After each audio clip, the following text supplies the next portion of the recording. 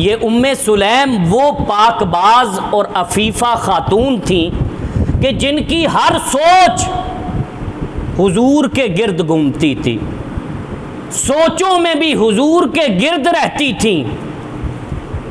ایک دفعہ حضرت انس بن مالک رضی اللہ تعالیٰ عنہ کے بال بڑے ہوئے تھے اور وہ اپنی والدہ سے کہتے ہیں کہ میرا دل کرتا ہے کہ میں یہ بال کٹوا دوں، تو والدہ کہتی ہیں کہ رہنے دو، ان بالوں کو حضور نے ہاتھ لگایا ہوا ہے، لہٰذا تم ان بالوں کو نہ کٹواؤ۔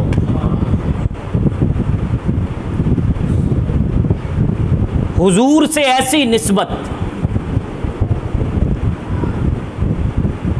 حضور علیہ الصلوۃ والسلام ہجرت کر کے مدینہ تشریف لے آئے۔ اب اہل مدینہ حضور کے لیے تحفے لے کر آ رہے ہیں، کوئی کھجوریں لا رہا ہے، کوئی گوشت لے کر آ رہا ہے۔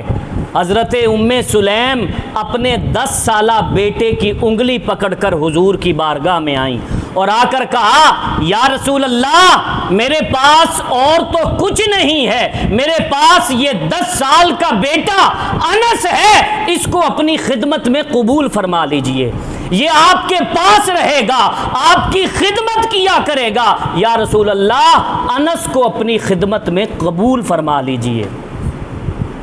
حضور علیہ الصلوۃ والسلام نے حضرت انس کو اپنی خدمت میں قبول فرمایا، اور کیا خوبصورت سوچ تھی ماں کی جس نے یہ سوچا کہ میرا بیٹا حضور کی خدمت کرے۔